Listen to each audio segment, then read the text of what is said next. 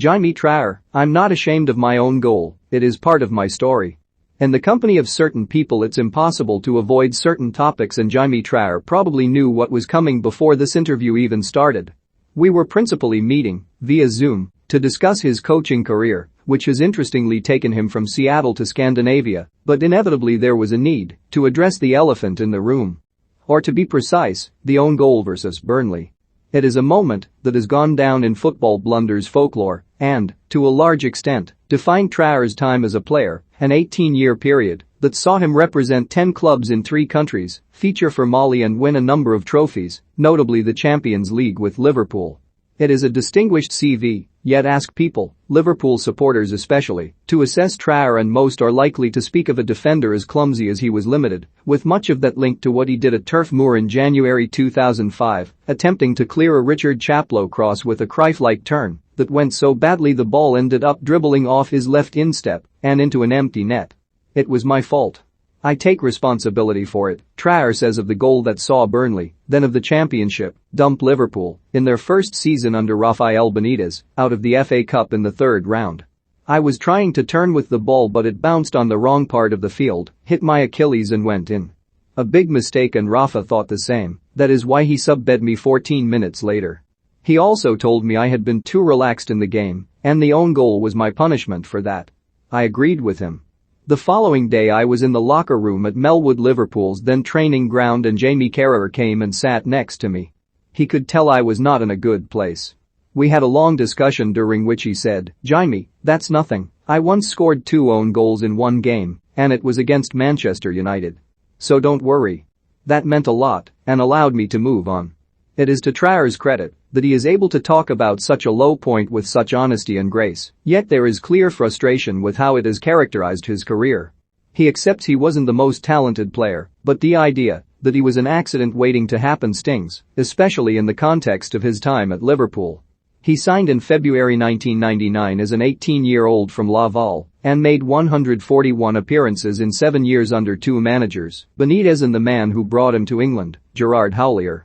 Before I joined Liverpool I had only played 5 games as a professional, and that was in the 2nd division in France, says Traoré. Liverpool was my learning process, and it was a high level, so it was not easy. Also I mainly played left back, but left back was not my position, centre back was. And when I played centre back it was on the right because I was mainly next to Sami Hyypiä and Sami didn't like playing on the right. For a left-footed player, that is also not easy. Overall I did my best and always fought to stay in the team. And in the end I played a lot of games for Liverpool, more games than a lot of players the club signed for big money. And there was no bigger game than the one that took place 4 months after the defeat to Burnley. The story of that night has been told countless times and there was arguably no more dramatic personal story than Traoré's. He committed the foul on Kaka that led to Milan's opening goal, made a goal-line clearance from Andriy Shevchenko's shot after Liverpool had got the score back to 3-3 and, in between, didn't know if he was coming or going. With Rafa it was 2 ways. If he called me Djimi I knew I was in his good books, and if he called me Traoré I knew I was in trouble. At halftime he said Traoré, so I knew I was done.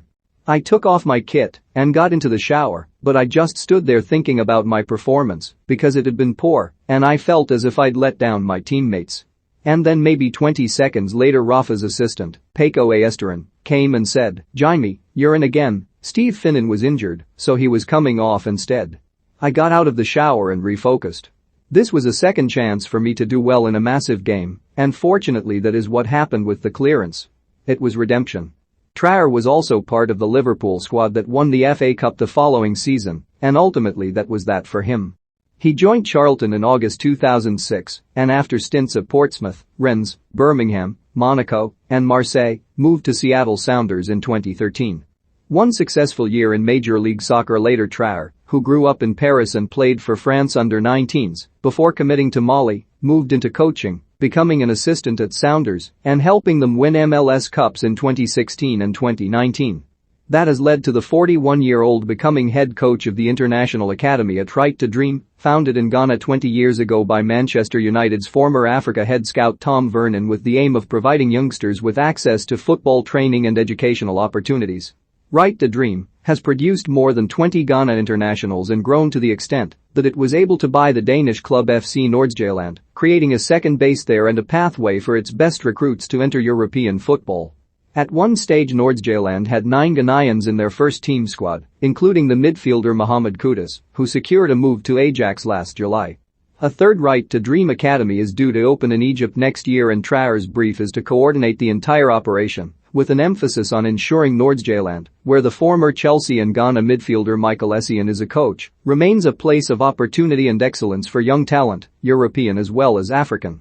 Among Right to Dream's graduates are the Denmark internationals Michael Damsgaard and Matthias Jensen. The most important thing for me as a coach is working with young players, so this job fits perfectly with my personality, says Traoré, speaking shortly after overseeing an under-19s training session at Nordsjælland's base in Farum in eastern Denmark. This is also why I'm not ashamed of the own goal against Burnley. It is the story of my career, some highs, some lows, and in the job I have now I can use it to help young players get over obstacles they have in their careers. I can say to them, you can score an own goal, and then a few months later win the Champions League.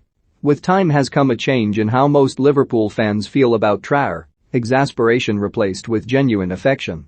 And it is heartening to hear that despite the criticism and mockery, the cop had a song for Traoré to the tune of Blame It on the Boogie by the Jackson 5 that ended with the line, he just can't control his feet, the feeling is mutual.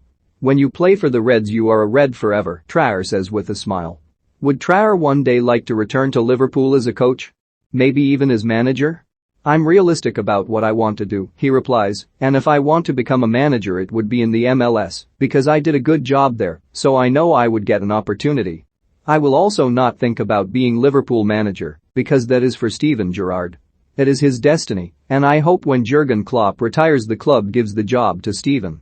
He's doing a fantastic job at Rangers and shown his character and desire to improve as a coach. Maybe Traoré could become Gerrard's assistant at Liverpool? You never know, he says with another smile. You never know.